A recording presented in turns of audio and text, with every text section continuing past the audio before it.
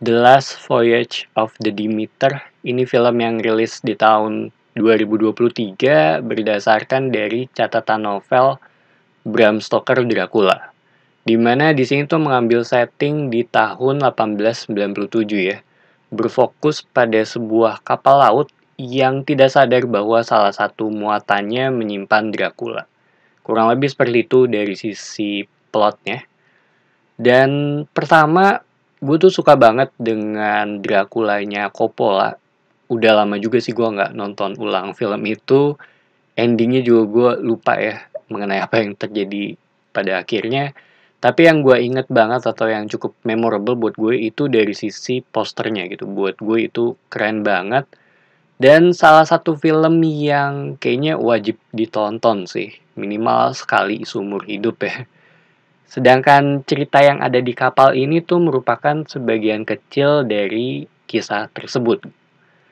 Dan di sini ya secara cerita sebenarnya terhitung simple, isolated juga di tengah laut dengan mayoritas settingnya tuh pas malam ya.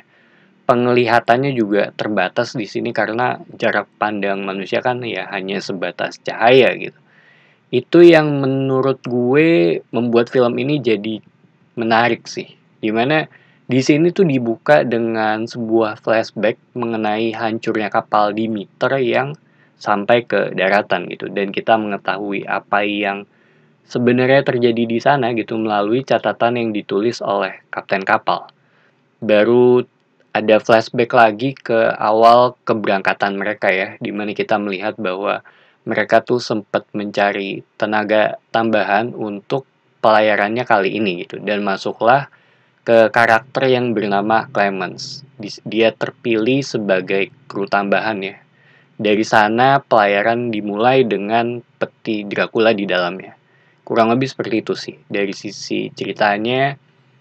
Dan sebenarnya gue paling gak suka dengan alur cerita flashback karena secara nggak langsung kita udah tahu bagaimana akhirnya ya.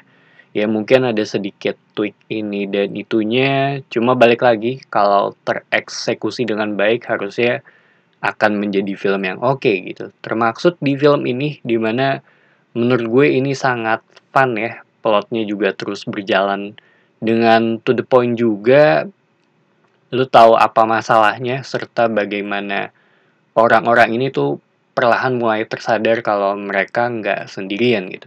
Dan satu hal yang nggak gue sangka, ternyata ada sesuatu yang seingat gue mereka nggak masukin di trailer ya. Dan ini tuh mulai ada di mungkin sekitar menit 40-an, cuma gue nggak mau ngomong supaya nggak spoiler juga gitu.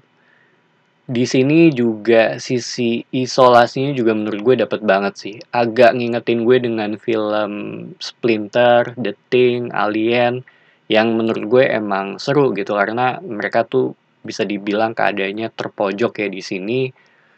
Dan gue suka dengan angle kameranya, walaupun gak ada sesuatu yang baru tapi enak banget untuk dilihat ya selama gue nonton.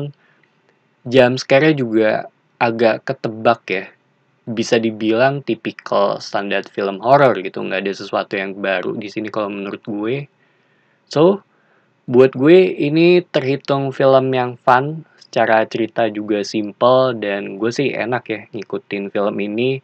Lu juga tahu apa masalahnya sejak awal dan ya menurut gue cukup recommended sih untuk ditonton ya.